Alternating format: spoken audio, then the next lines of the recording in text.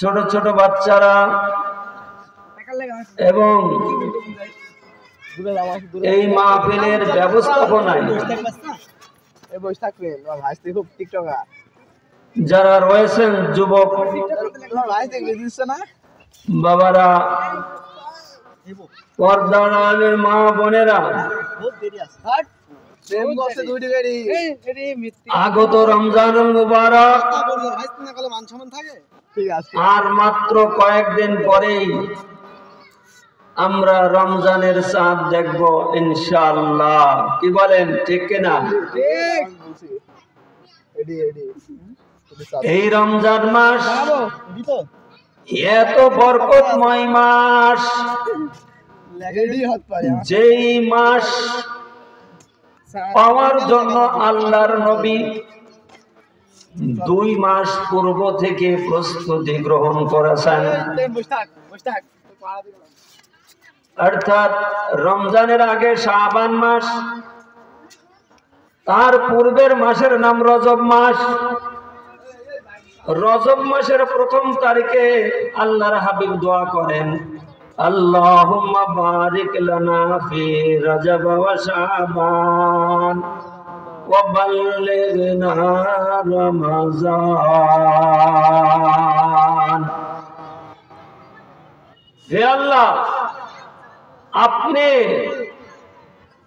রজব এবং শাবান মাসের মধ্যে আমার হায়াতে বরকত দান করেন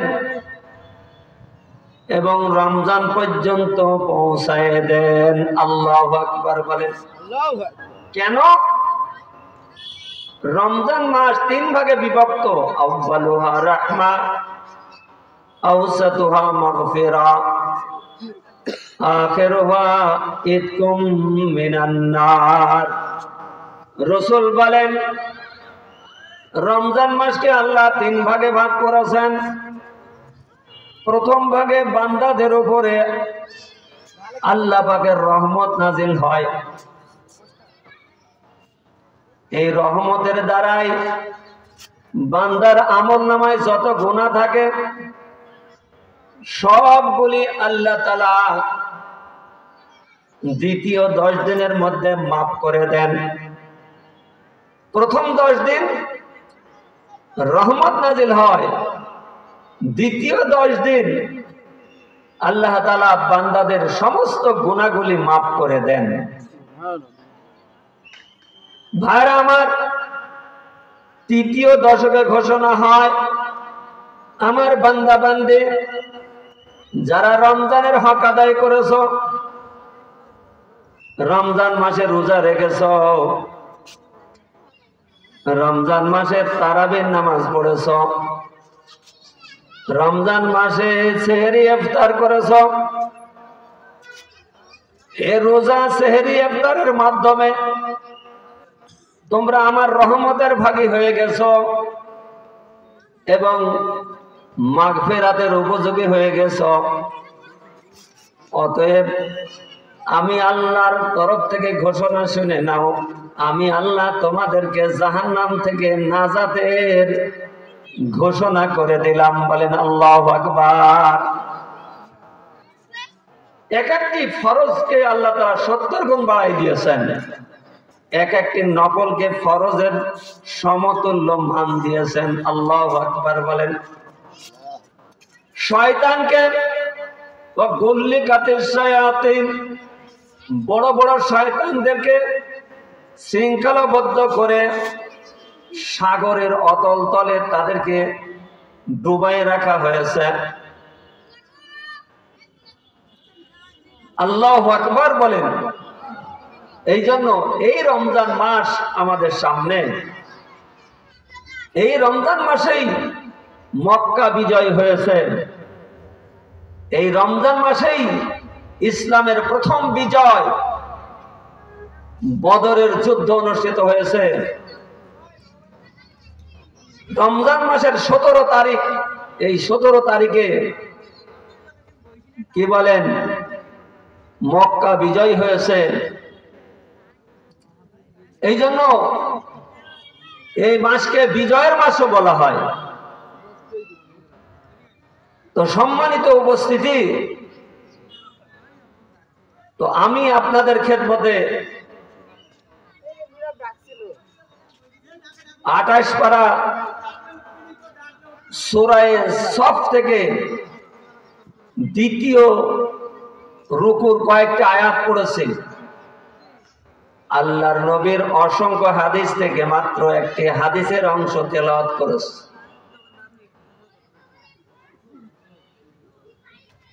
এই হাদিস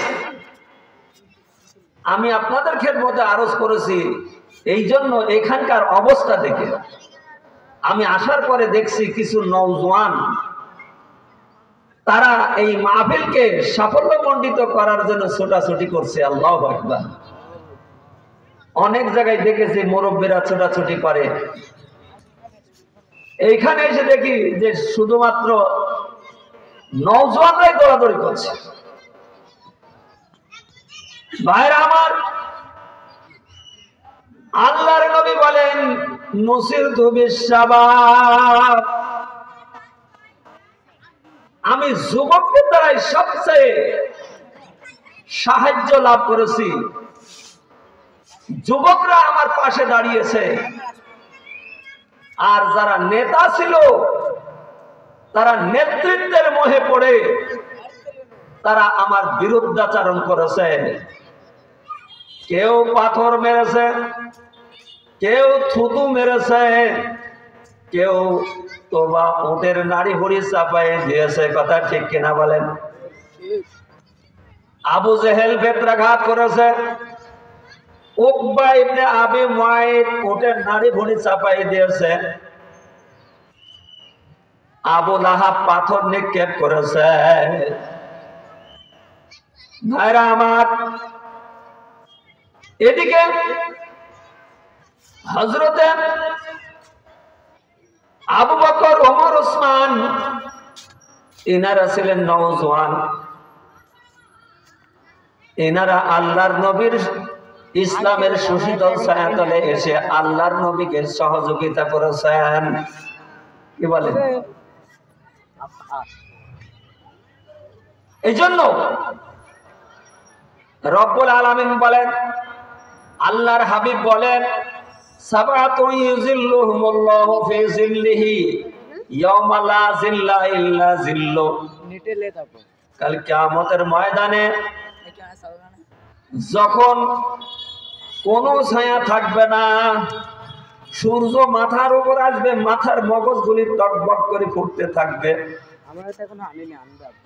মাটি পুড়ে তামা হয়ে যাবে, আল্লাহর আরশের ছায়া ছাড়া আর কোনো ছায়া থাকবে না। ওই ছায়ার নিচে 7 প্রকারের লোক ছাড়া কাহারও জায়গা হবে না। মানুষ ঘামের সাগরে সাঁতার দিতে থাকবে। এমন সময় যেই 7 প্রকার লোক আল্লাহর আরশের নিচে স্থান পাবে, তাদের মধ্যে এক প্রকার হচ্ছে ওয়াশাবুন নাশা ফি ইবাদাতিল্লাহ। যে যুবক যৌবনকালে ইসলামকে বুকে ধারণ করেছে, ইসলামের সুশীতল ছায়াতলে আসছে, ইসলামের জন্য বুকের তাজা রক্ত ঢেলে দিয়েছে, এই সমস্ত যুবকরা কাল কিয়ামতের ময়দানে আল্লাহ পাকের ভিআইপি গেস্ট হবে, আল্লাহ পাকের ভিআইপি মেহমান হবে, আল্লাহ পাকের আরশের নিচে স্থান পাবে। বলে আল্লাহু আকবার। আমি দোয়া করি এবং আশাও করি এই মাহফিল যেই সব যুবকদের উদ্যোগে হয়েছে, এইখানে যে আসছেন না সমাজ কল্যাণ ফাউন্ডেশনের যত সদস্য আছে, আমি মনে করি তারা অধিকাংশ সব যুবক। এই যুবকরা তারা উদ্যোগ নিয়ে এত সুন্দর জান্নাতের বাগিচাকে সুসজ্জিত করেছে। কি বলেন ঠিক কিনা? ভাইরা আমার, এই যুবকরা কাল কিয়ামতের ময়দানে হযরতে হুসাইন এবং হাসান এই হাসান আর হুসাইনের হাতে যুবকদের পতাকা থাকবে? কার হাতে বলেন? তুমি এখানে থাকো। হাসান হুসাইন চেনেন আপনারা? তোমার কাছে হ্যাঁ? আমার দামে লিখো। না আমার দেশে